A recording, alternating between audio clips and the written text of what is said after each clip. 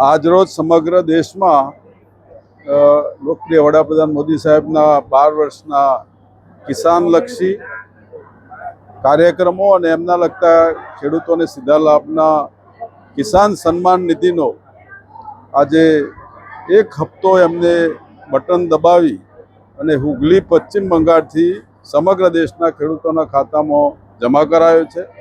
એ માટેનો કાર્યક્રમ અહીંયા કટી કડોલી જે મંદિર છે ધાર્મિક ત્યાં રાખવામાં આવ્યો છે। એમાં કલેક્ટર સાહેબ, ડીડીઓ સાહેબ, તાલુકા પંચાયતના પ્રમુખશ્રી, ખેતીવાડી અધિકારીશ્રી, ટીડીઓશ્રી અને સમગ્ર આગેવાનશ્રીઓ અને મોટી સંખ્યામાં ખેડૂત ભાઈ બહેનો પણ અહીંયા ઉપસ્થિત છે। અને બહુ સારા વાતાવરણમાં વડાપ્રધાન સાહેબે બહુ સરસ મજાનું માર્ગદર્શન પણ આખા દેશને આપ્યું છે। અને દેશને એક શ્યામા પ્રસાદ મુખર્જીએ જે પશ્ચિમ બંગાળના માટે જે દેશને પાકિસ્તાન સાથે જતો જે બચાવવાની પણ એમને જે તે વખતનો એમને ઉલ્લેખ કર્યો છે અને સ્વામી વિવેકાનંદ વગેરેનો જે ઉલ્લેખ કર્યો છે એ આપણા દેશ માટે એક ગૌરવની વાત છે।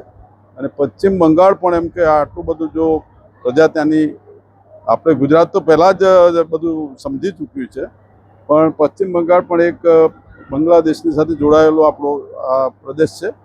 એટલે બહુ સરસ મજાનું માર્ગદર્શન અને કેટલી વિકાસલક્ષી પ્રોજેક્ટ પશ્ચિમ બંગાળ માટે પણ રેલવે વગેરેના એમને અહીંયા આજે જાહેર કર્યા છે। એ આનંદની વાત છે।